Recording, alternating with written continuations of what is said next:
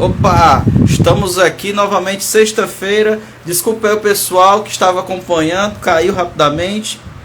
Estamos aqui ao vivo e agora cast nesta sexta-feira, dia de. Opa, nós vamos aqui.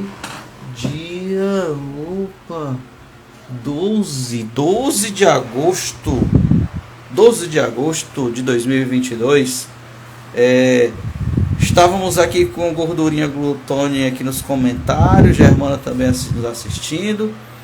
E vamos falar no Agora Cast Comenta sobre assuntos que aconteceram nesta última semana. Estou aguardando aqui os meus amigos Pedro Fontinelli e Jorge Luiz Saraiva.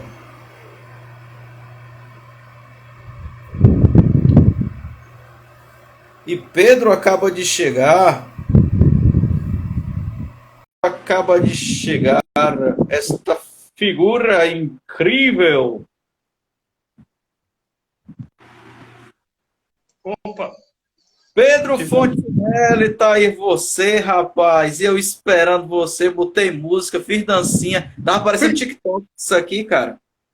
Tu fez que nem o pessoal da Rádio CBN, que quando um convidado atrasa ou cai, aí ele fica, isso daí, aí ele fica repetindo a notícia várias vezes. Foi tipo isso, fica repetindo. Eu botei rapa aqui, dancei, parecia TikTok isso aqui, cara. Ao vivo é assim mesmo. Ao vivo é assim mesmo. Quem sabe faz ao vivo. É isso. Tá tranquilo contigo? Tranquilo, só fazendo uma fisioterapia aí, né? Para ficar mais tranquilo. Mas tirando isso, tá tudo bem. Tá certo, cara. Vamos começar falando, entrando nessa pauta de hoje. O que você assistiu, Pedro? Você escutou o podcast ou assistiu? Ultimamente está sendo vídeo, né? E áudio. O podcast de Bolsonaro no Flow Podcast. Não cheguei a ver. Você viu umas ceninhas só, uns trechinhos, mas aí no programa todo eu não cheguei a ver. Ele falou umas coisas bem bizarras, né? Como de costume, né? Mas a gente pode discutir mais sobre isso. Isso. Gordurinha entrou aí, estava conversando comigo nos comentários, Gordurinha. Eu estava indicando a série Sandman e estava dizendo que daqui a pouco nós estaremos gravando sobre o novo filme da franquia Predador, Prey. E que vai estar no canal do YouTube. Excelente filme, viu, Pedro? Parece muito bom pelo trailer. Excelente, excelente. Roteiro, direção, tá ótimo, tudo ótimo, fotografia.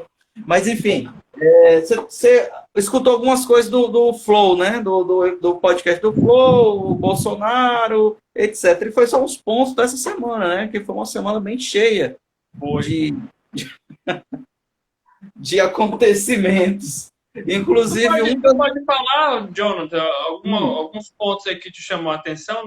Tu viu a entrevista ou não? Eu vi, cara. Eu vi boa parte, eu só não vi. Eu confesso que eu não vi tudo, porque são 5 horas de programa. Haja estomazil aí. Haja estomazil. Então, assim, sempre recortes. Eu acho que só o público dele mesmo, o pessoal do cercadinho lá, que vão tudo, sabe? Ele continuou a fazer. Ele falou basicamente o de sempre, não é? Ele falou alguma coisa diferente? Olha o Gordorinha falando, soltou umas pérolas só dele mesmo. Só. Sabe o que eu percebi, Pedro, de diferente nessa entrevista? É que o Bolsonaro ele está se preparando, sabe? Eu acho que ele está sendo acompanhado por uma assessoria de comunicação que está trabalhando com ele a oratória e principalmente a questão de argumentação. Argumentação para questões básicas. É claro que ele, em muitas perguntas ele desviava, ele simplesmente colocava o comentário dele desviando a pergunta, então ele não respondia diretamente, bem comum, né? Mas teve algumas que ele parecia tranquilo e, com certeza, na resposta, ele acabava também demonstrando o pensamento dele, apesar de no começo, não criticar de pronto, não assustar o telespectador, tá? Sim. Eu tô percebendo isso. Está se tornando um investimento dele, no capital político dele, não bater de frente em alguns temas. Mas ele sempre... tem que ver também, Jonathan, que ele estava no Flow. Né? Flow é o podcast que um dia desse estava passando pano para nazista, né? Eu estava dizendo aqui o nazista. Ele estava num ambiente favorável, assim, para ele. No mínimo, um ambiente neutro. Então, eu não acho que essa entrevista dele nesse podcast seja parâmetro, assim, para o que ele vai enfrentar, por exemplo, numa entrevista, num debate com outros candidatos, ou no Jornal Nacional, que, se não me engano, estava confirmado, né? Que ele ia também. Estava confirmado Então, e ele cancelou. diferente. Na verdade, eles cancelaram. Cancelaram, né? Porque o Bolsonaro, a assessoria de comunicação do Bolsonaro, exigiu que fosse feito no Palácio Brasília. É mesmo, eu tinha me esquecido disso. Então, Jornal Nacional cancelou a entrevista com ele. Vai ficar complicado para ele, dependendo das pesquisas. Se ele tivesse crescendo nas pesquisas, ao que parece ele está acontecendo, né, por conta dessa dinheirama que ele despejou ali na população, né? 40 bilhões aí com auxílio disso, auxílio daquilo outro, auxílio táxi, auxílio o próprio auxílio emergencial e mais não sei o que. Então é muito dinheiro. Acaba que uma quantidade de recursos a mais em políticas sociais, né, de assistência social, na véspera da eleição, vai fazer algum efeito. Nada, assim, isso não acontece à toa, né? Vai gerar um efeito positivo para ele. Então, se sair tão bem quanto a campanha dele espera, que é ele crescer nas pesquisas e, de repente, chegar cada vez mais perto do Lula, ele pode ficar mais confortável de não ir para debates isentos. Sim. Eu não sei, Pedro. Se ele cair, se ele ficar estacionado e o Lula, de repente, crescer, porque assim, até agora, o Lula não começou a campanha mesmo, na televisão, rádio, TV, então não tem ainda. Acaba que ele está com muita vantagem porque ele é o presidente, né? Então, como todo presidente que concorre no cargo, tem uma vantagem a mais. Tem isso também a favor. Ninguém sabe até o momento como vai ser a campanha realmente, né? Porque ela não começou. Se ele começar a se estagnar ou começar a cair, vai ficar difícil para ele se recusar ou fugir de debates. Aí ele não vai ter outra opção a não ser os debates. Eu não sei, Pedro. Assim, de acordo com as pesquisas, que já parece que já se cristalizaram, vários públicos, não vejo que essa PEC das benesses, esse dinheiro com auxílios, com benefícios, possam dar algum tipo de reversão ao quadro intencional de votos para o Bolsonaro. Ele utilizou, inclusive nessa entrevista do Flow, os argumentos sobre a deflação que houve recentemente e a discussão dele com o caso da política de preços da Petrobras, falando que conseguiu baixar com o ICMS e tal, o preço da gasolina e do diesel. Então ele está tentando sempre utilizar argumentos que sejam positivos para ele, o que é lógico, qualquer um faria, e é esse um ponto em que várias bocas simpáticas a ele estão utilizando nesse momento. Então, é por isso que eu acho que algumas pesquisas, inclusive saiu uma pesquisa recente em São Paulo, que eles estão empatados, Lula e Bolsonaro. Enquanto que ao mesmo tempo... Que não estava, né? Não estava. Isso do IPEC, né? Que é o antigo IBOP. Em contrapartida, no estado do Rio de Janeiro, saiu uma pesquisa, já está com 2 dias ou 3 dias, em que o Bolsonaro ele está perdendo. Ele é o segundo no estado em que ele formou o seu grupo eleitoral. Né? Que ele era o deputado federal, do Rio de Janeiro, etc. Então, assim, a essa altura do campeonato, 3 meses de uma eleição, ele já deveria, com a máquina pública com o esforço que ele tem, com o investimento que ele fez, ele já deveria estar, sim, sinalizando a vitória de um primeiro turno. Com isso, então, nenhum presidente teve a negatividade que ele teve, sabe? Que ele está tendo ainda. Sim. Sim. E mesmo assim ele tem dificuldade, né? Por conta do mesmo governo assim, ele não vai ganhar no primeiro turno, nem de longe ele ganharia no primeiro turno. Não. É capaz de perder. É capaz de perder ainda. Tá? No primeiro turno, eu acho que fica difícil para o Lula ganhar agora, com esse volume de dinheiro que o Bolsonaro gastou, inclusive descumprindo a legislação eleitoral, tudo, né? Porque ele comprou o Congresso, né? Então, o Congresso vai deixando, e o Supremo também fica... Ele fez uma coisa, assim, Maquiavel ficaria orgulhoso. Porque ele fez... Ele intuitivamente ou não, ou alguém fez para ele uma estratégia política muito bem feita, em termos de manutenção do poder. Porque ele comprou o apoio político, ele bloqueou todo tipo de possibilidade de ele responder criminalmente pelos atos criminosos que ele cometeu durante o mandato, que seria criminalmente e politicamente. Politicamente, ele bloqueou porque ele se aliou justamente com o presidente da Câmara, que é o responsável por aceitar os pedidos de impeachment. E pegou o mais pau-mandado dos Tananã, que eu não vou citar o nome do sujeito, porque ele é meio litigioso, né? Então, a outra opção, que era jurídica, que eu não vou mencionar aqui, mas o pessoal deve saber, ele também comprou, de certa forma, ou com uma indicação para um outro órgão, que eu também não vou dizer qual é, né? Então, bloqueou essa parte. A única coisa que ficaria solta ali, assim, disponível, livre, para fazer frente ao poder dele, seria o Supremo. Sim. Ocorre que, e de fato vem acontecendo isso, acaba que o Supremo vem quase que lutando, assim, sozinho contra os ataques à democracia que ele vem fazendo. Então fica complicado. Mas, aí o que ele fez? Ele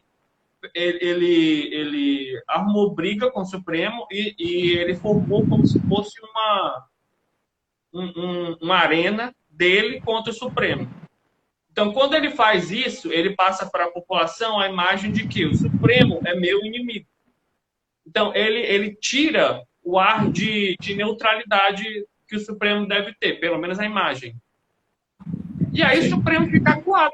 Porque se o Supremo realmente segue à risca tudo que a lei determina, ficaria para a população, sobretudo para os apoiadores dele, a imagem de que, olha, tá vendo? O Supremo está me perseguindo.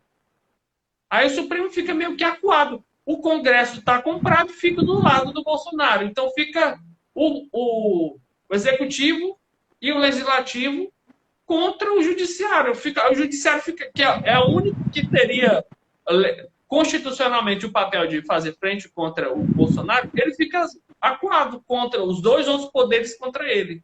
Então, é difícil a gente sair dessa por vias jurídicas ou políticas, dependendo do Congresso. Sobra só a eleição. Que é isso que ele tentou atacar agora, com aquela reunião dos embaixadores, né? Tudo isso, ele está... Tudo que era fatores que poderiam minar o poder dele, ele ataca o máximo possível, passando por cima de todo tipo de legislação e rompendo todos os limites legais. E até o momento ele vem sendo bem sucedido. Nessa parte da eleição, ele sofreu uma reação grande. Nós vimos, inclusive, talvez seja até a Carta da Democracia, é uma das pautas do nosso programa, né? Foi uma reação, assim, monumental contra ele. Você tem ali a sociedade civil reunida, os advogados, empresários, a imprensa, artistas, políticos que não são do Congresso, pelo menos não da base aliada dele, se reuniram né, reuniram para demonstrar o apoio à democracia, às urnas eletrônicas, às instituições que cuidam do processo eleitoral, sobretudo o TSE. Então, e as outras embaixadas, né, nenhuma entrou na briga dele contra o TSE, e a mais poderosa delas até o momento, que é os Estados Unidos, fez o contrário, ela apoiou o TSE, as urnas eletrônicas, o processo eleitoral. Então, nisso, ele viu, não, aqui eu não deu certo para mim isso. Aí o que ele faz? Ele muda de assunto. Aí ele vai falar do diesel, vai falar da gasolina, que é alguma coisa positiva que apareceu.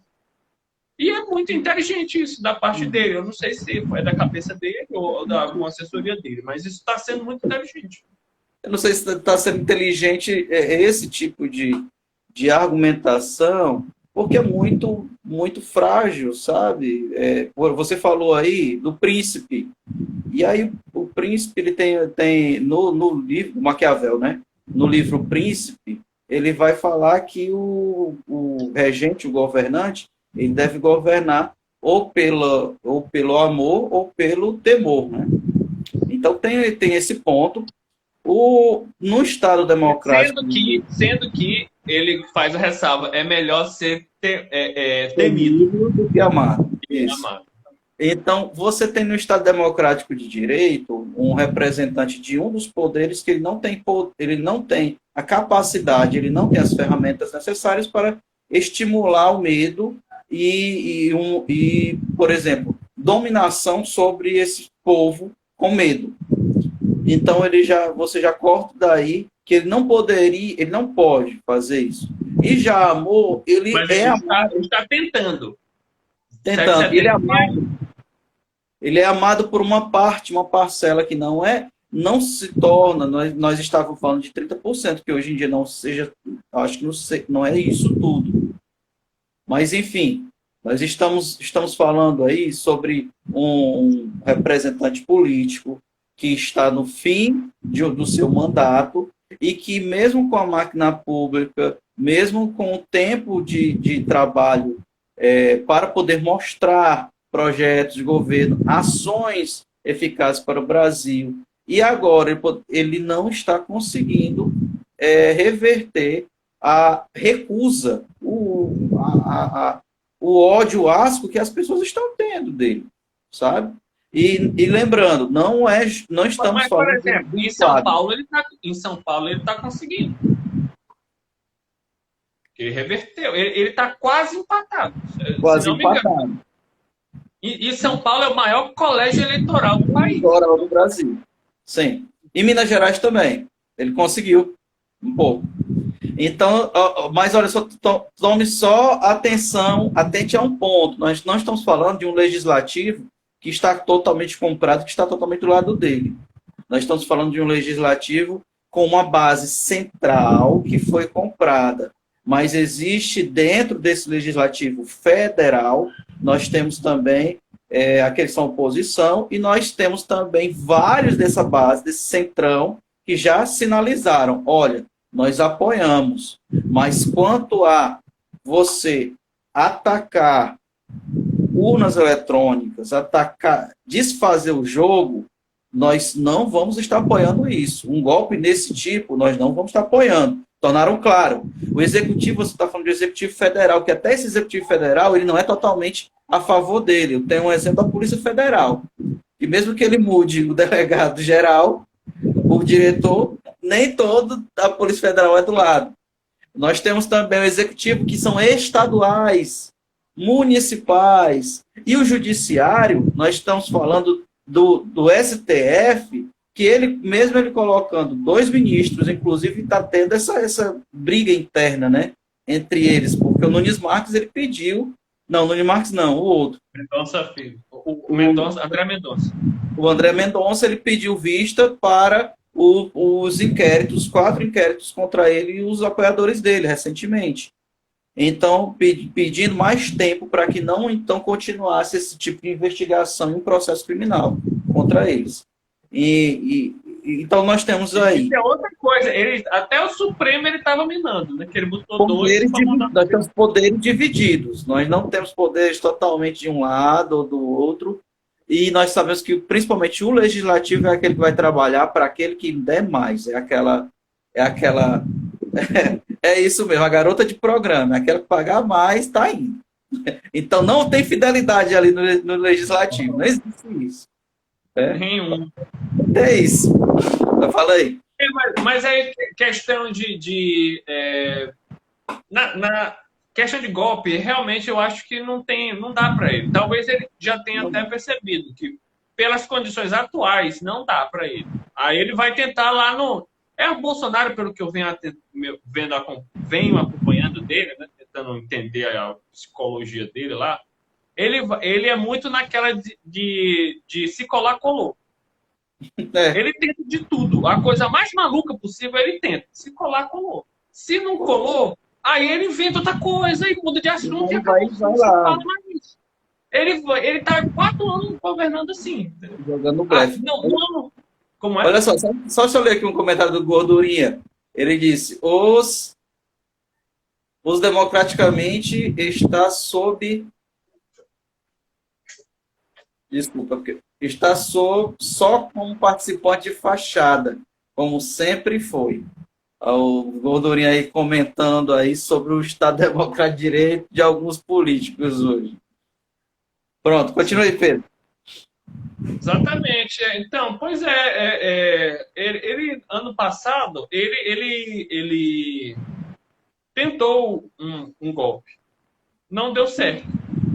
No dia seguinte da tentativa de golpe, ele mudou, tipo, parecia que era outra pessoa. Ele chamou o Temer, mandou um avião da FAB buscar o Temer lá na catacumba onde ele estava, para fazer a cartinha lá e fazer as pazes com a Michelle. Né?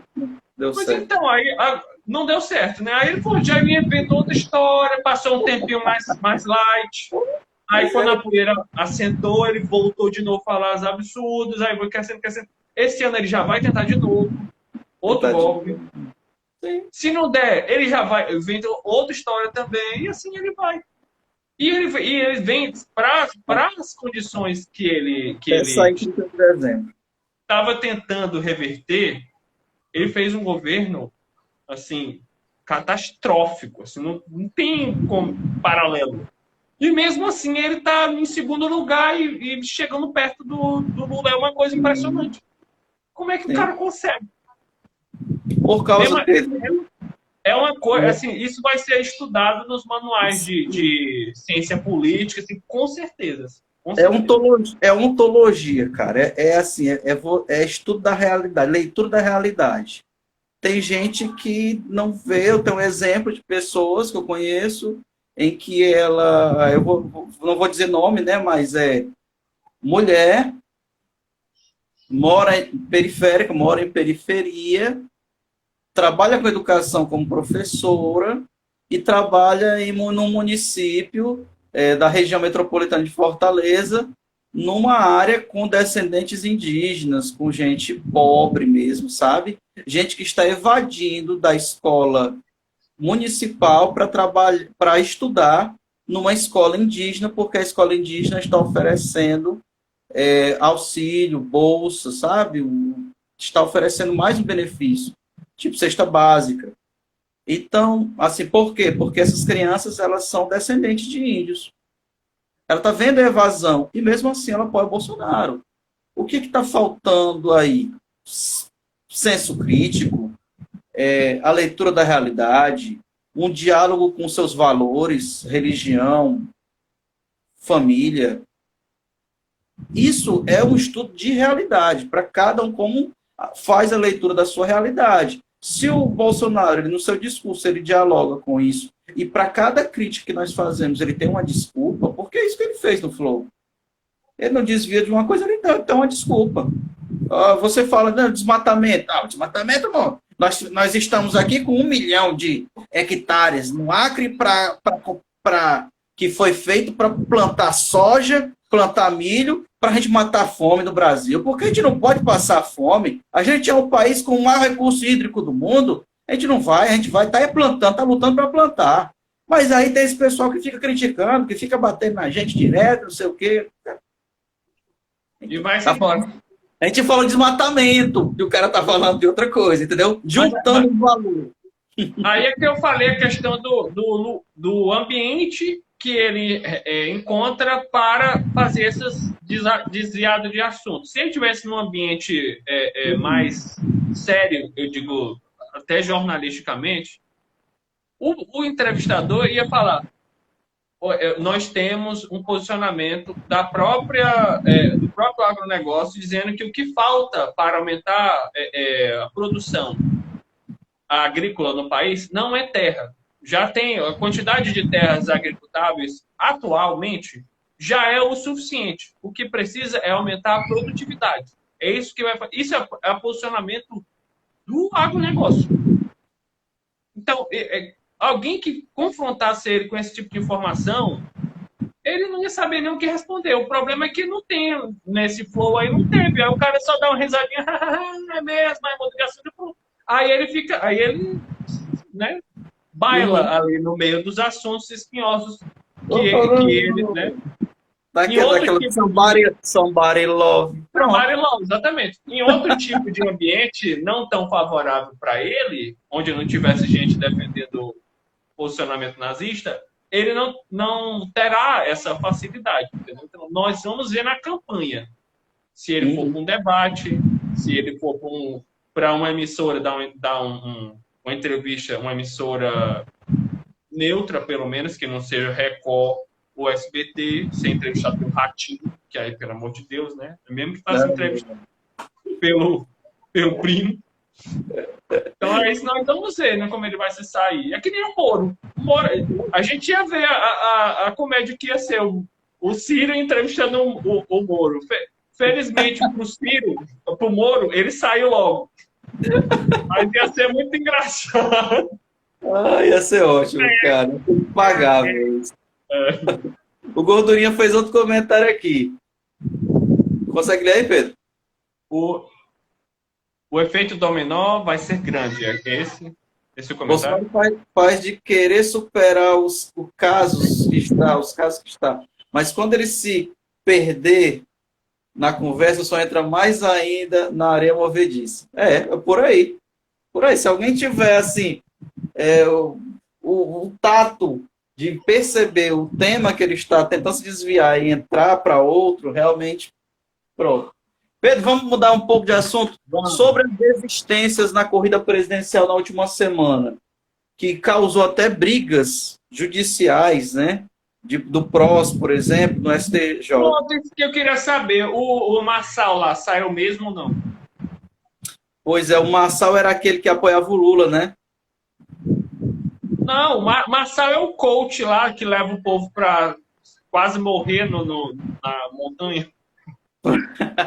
Viu essa história? Vi essa história. Rapaz, dentro do PROS, o apoiador do Lula, ele foi retirado por uma ação judicial e foi dividido entre 3 diretórios e está sendo julgado como é que vai ser. Mas os 3, eles são aqueles simpatizantes do Bolsonaro. Assim, eu estava acompanhando isso. Estava tendo uma disputa no partido para assumir o controle, né, do partido. E aí tinha uma ala pró-Lula, tinha ganhado na justiça, assumido o controle, e tinha dito que o PROS ia apoiar o Lula, então não ia lançar candidato, ia tirar o Marçal. E aí uma outra ala ganhou na justiça, numa instância inferior, tipo um TRE, alguma coisa assim, o direito de assumir o controle. E aí reverteu aquela decisão. E aí o sujeito, lá que eu esqueci o nome dele, ele recorreu para o TSE.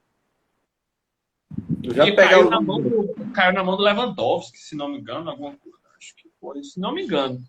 E ele deu ganho de causa para o dirigente lá do PROS, que ele era a favor de apoiar a campanha do Lula. Até semana passada estava assim. Isso não tem. O cara ganhou no TSE. Então,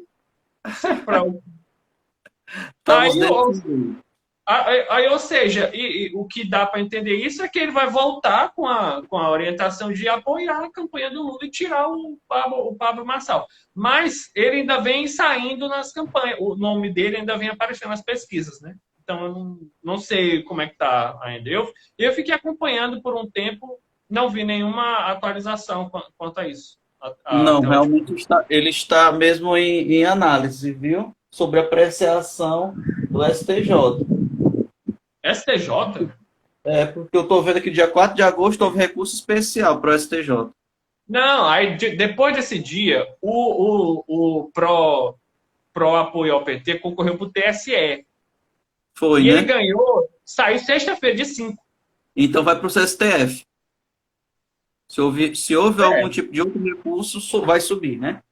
É, meu amigo, não do é brincadeira, TSE não. sobe para o STF. O que você acha dessa dança das cadeiras aí, de novos partidos? A gente tinha até falado numa live algumas semanas atrás, né? Marcou o início, assim, de partidos que vão para um lado, para outro, desistências de candidaturas à presidência para apoiar e ganhar ministérios, ganhar benesses no futuro. Isso, é. É natural que isso fosse acontecer, porque é comum dos partidos menores, Hum, perto de uma campanha para presidente, dizerem que vão lançar candidato a presidente e, de repente, até lança um pré-candidato a presidente, na verdade, para poder vender o apoio para algum dos principais candidatos, né, a campanha, vender mais caro. sim. É porque é mais, o partido que está querendo apoiar o PT ou o PL, né, do Bolsonaro, ele tem mais cacife político para conseguir mais vantagens, né, ter mais cargos, né, mais poder lá no meio da campanha do partido. Se ele tem um candidato, nós já temos um candidato. Aí, para a gente apoiar o seu candidato, nós teríamos que abrir mão do nosso candidato. Então, ele tem mais cacife político. Então, era normal que isso fosse acontecer quando fosse chegando próximo da eleição. Né? Isso. Até ano passado, tinha uns 20 candidatos para presidente. Aí foi pulando fora um a um. O último que caiu, que saiu dentro da campanha, foi o André Janones, que está apoiando a campanha do Lula. Né? Esse aí já decidiu, realmente. E já tinha saído Dória, tinha saído alguma coisa Leite, como é aquele do Rio Grande do Sul? Esqueci o nome dele. O do Rio Grande do Sul? Ex-governador. Sim, sim. Ex-governador do Rio Grande do Sul. Enfim, saiu também, que é do PSDB. Mas falando do cenário atual, né, sobrou o próprio Bolsonaro, o Lula, o Ciro. Esse aí não saiu de teimoso mesmo, que acho que não tem, o pessoal do PDT não queria muito não, né, mais, né, já que ele insiste tanto. Poxa, a gente queria entrar aqui um ministériozinho no PT, tá bom? Exatamente. Aí eles conseguem no segundo turno, né? O segundo turno é outra, se for para o segundo turno, né? Aí eles conseguem, outra eleição, eles conseguem negociar. E a Sim, Simone Tebet. e a Simone Tebet, exatamente. Que até o PT fez de tudo para tirar ela também. Né? Não, mas o posicionamento dela foi o contrário, né? Eu disse, eu vou ser uma terceira via legítima aqui, e mesmo porque eu preciso impedir que o Lula ganhe no primeiro turno. Ou seja, como assim você é uma terceira via para impedir o Lula ganhar no primeiro? Quer dizer que você está apoiando o Bolsonaro? É isso? Mas com uma segunda via do bolsonarismo. Esse tipo isso, sabe? Uma coisa assim, sabe? Eu não posso deixar o Lula ganhar no primeiro turno. Palavras dela. Tá certo, né?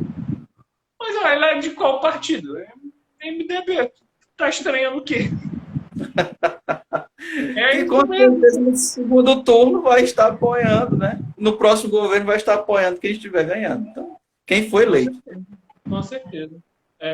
Aí o interessante dessa dança das cadeiras aí é o apoio que o Lula recebeu do André Janones, que um exímio operador de redes sociais. Assim. O cara é fantástico mesmo. Porque ele não tem apoio. O partido dele, eu não me lembro qual é o partido. É um partido bem pequeno, pouco expressivo, e não tinha apoio. A mídia praticamente ignorou ele até algum dia desse aí. Ninguém nem falava. E ele continuava com 2%. O que é muito voto. Muito. Quem tem 2% de voto para uma campanha para presidente é muito voto. E ele conseguiu isso praticamente só com rede social. Sem apoio de mídia, sem apoio de estrutura partidária, assim, só com rede social. E ele vai trazer toda essa expertise dele para a campanha do Lula. É um ativo muito poderoso esse, que justamente naquilo que o PT não é muito bom em redes sociais. Você precisa aprender muito. O PSL na campanha de 2018 deu uma surra no PT em redes sociais. WhatsApp, não dava nem pro cheiro. E agora o André já também, né? Como é? Com robôs também fica mais fácil. Sim, mas faz parte. Tem que saber usar. Sem fake news, né? Sem fake news, lógico. Sem fake news. Ô Pedro, me fala uma coisa. O que você está achando aí desse momento, dessa semana, esses últimos dias, últimas 2 semanas, esse afastamento do Bolsonaro das alas industriais e empresariado e a aproximação do Lula desse setor que no começo da campanha achava que não precisava se aproximar tanto de alguns setores, que já ia ganhar logo no primeiro turno. Então ele não quis fazer o Benjamin com esses setores, porque então agora que ele está vendo se aproximar mais, ele quer fechar esse negócio no primeiro turno, chave de ouro, ele está agora no beijamão desse pessoal. O que você acha aí dele se aproximar? Reunião, Febracom, Febraban, não sei o quê. Ele está jogando nos bastidores, né, por enquanto. Ninguém vê muito posicionamento do Lula para questões mais políticas, assim, se envolvendo em alguma discussão, né, falando para o público, né? Ele está mais quieto e atuando nos bastidores, exatamente fazendo essas costuras aí, políticas com os principais grupos de poder da sociedade, né? Os políticos, empresários, né? Bancos, principalmente. E eu considero isso bom e ruim. Para o nosso lado, que é o lado da população que quer que as coisas melhorem pelo menos um pouquinho nos próximos 4 anos. Eu vejo que ele está fazendo uma base forte dele, de uma base política forte, com todos esses apoios. Entendo que a parte da indústria e a parte do mercado já perderam a maioria, não tudo, mas a maior parte do dito mercado, né? São os grandes investidores, os bancos, né? O mercado financeiro, de uma forma geral, e a própria indústria já perderam a esperança de um governo liberal do Bolsonaro. Porque ele pisou no liberalismo. Assim. Ele jogou o liberalismo pela janela e fez o contrário. Né? Com essa PEC kamikaze aí, o liberalismo indo pelo ralo. Assim. O que é um estelionato eleitoral. Porque esse pessoal, né, se sentiu enganado. Né? O pessoal lá do mercado financeiro acreditou no Paulo Guedes, que o Bolsonaro havia dito que o Paulo Guedes ia mandar na economia, que não tinha por que se preocupar quanto a isso, que ele ia fazer um governo liberal, que ia ficar tudo na mão do Paulo Guedes. A gente viu, na verdade, foi o contrário. O Paulo Guedes foi um pau mandado, não apitava em nada, o Bolsonaro fazia o que ele queria, do jeito que ele queria, quando ele queria. Então, isso, e o pior de tudo, sem conseguir os resultados para a economia que ele tanto prometeu. De reformas, né, de reestruturação da economia. Não conseguiu nada, ao contrário, fez piorar ainda mais a situação. A única reforma que foi aprovada é a da Previdência e foi assim, sem a liderança do Paulo Guedes e do governo. Foi uma coisa mais do então aquele lá, o gordinho, esqueci o nome. Aquele que era o presidente da Câmara, que era o pessoal chamava de Nhônio. Rodrigo Maia. Rodrigo Maia, exatamente. Foi mais no mérito dele do que do governo. Então, o governo dele mostrou uma incapacidade completa para as políticas econômicas que essa turma lá do Faria Lima queria.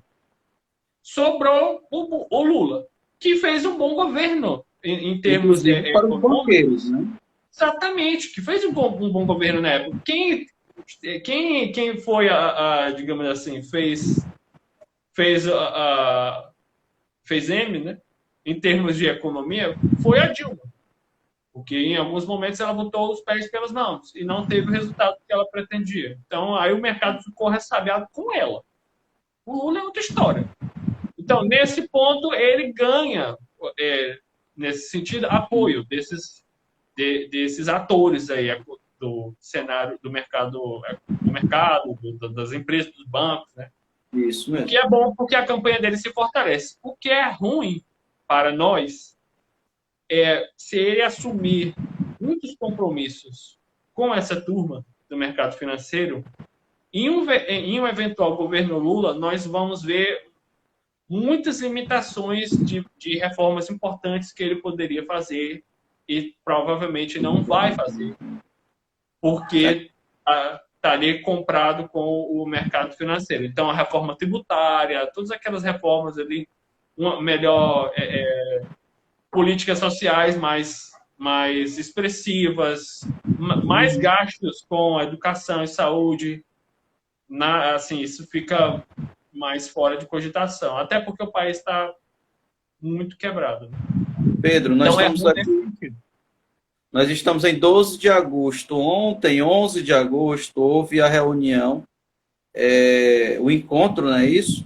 Na faculdade da USP, para a leitura da carta para as brasileiras e os brasileiros em defesa da democracia. Então, é uma carta que já foi, desde o início, foi criticada pelo Bolsonaro, falando que democracia, ele que é democrata, não sei o quê. O que você acha desse evento? O que você acha desse evento, do significado dele e da repercussão disso? Bom, a repercussão é um evento histórico. Evento histórico, isso para entrar para os livros de história. Como a gente via aqueles machos da família com Deus, isso sendo pró-ditadura, né, no caso. Mas esse evento vai provavelmente ter um peso muito parecido, isso na minha opinião, né, lógico. Nós vamos ver, quem viver verá. Vai ter um peso semelhante a essa marcha da família com Deus, só que com sinal trocado, pró-democracia. Porque realmente foi muito expressivo, foi muito simbólico lá na Faculdade de Direito da USP, que foi um ator importante, a faculdade como instituição e os professores, os acadêmicos, intelectuais também que lutaram contra a ditadura na época. Então você tem um peso muito, muito histórico e simbólico, muito expressivo. É como se literalmente isso. É como se as forças pró-ditadura que estavam governando o país na época estivessem querendo voltar e os atores políticos que confrontaram esse inimigo, né, comum da democracia, lutaram na época, voltassem à tona, se ressuscitassem, digamos assim, né? Estou falando isso em termos históricos, né? em termos simbólicos, né? Então você tem os discursos muito contundentes de lideranças de todas as áreas da sociedade, né? De economia, política, sociedade, os intelectuais, os artistas, né? Então foi um negócio muito expressivo, né? Uhum. Muito bom. É isso que eu considero. Agora, pensando em termos maquiavélicos para o Bolsonaro,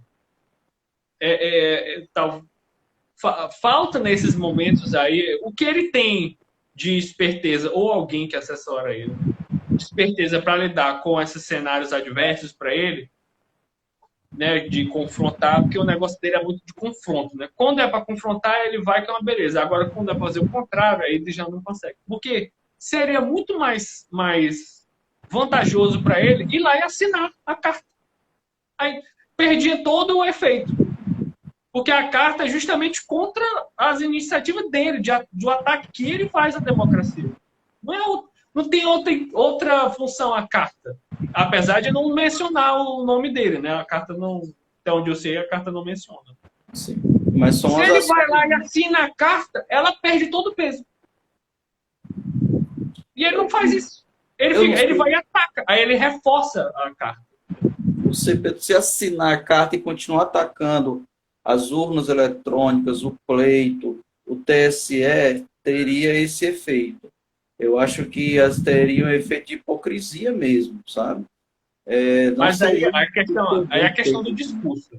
É a questão do discurso. Ele assinando a carta, ele fala, eu sou a favor. Tudo tem discurso. É a retórica. Eu assino essa carta porque eu sou a favor da democracia. E eu estou querendo melhorar as urnas eletrônicas justamente porque eu sou a favor da democracia. Quem é contra a democracia é o TSE, porque está bloqueando. Tudo tem discurso. O negócio é que... Olha só, o comentário do Gordurinha. Vejo assim mesmo, quando se fala em democracia, uns atos feitos para ser interpretado, nunca de fato exercido. Beleza, Gordurinha? Está falando sobre aplicação, né? Interpretação e aplicação.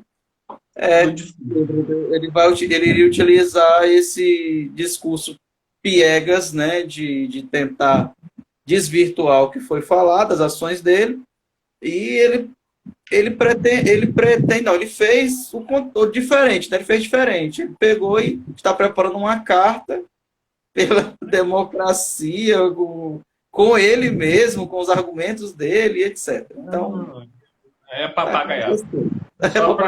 Só para Bolsonaro. Pedro, é isso aí. Nós estamos terminando.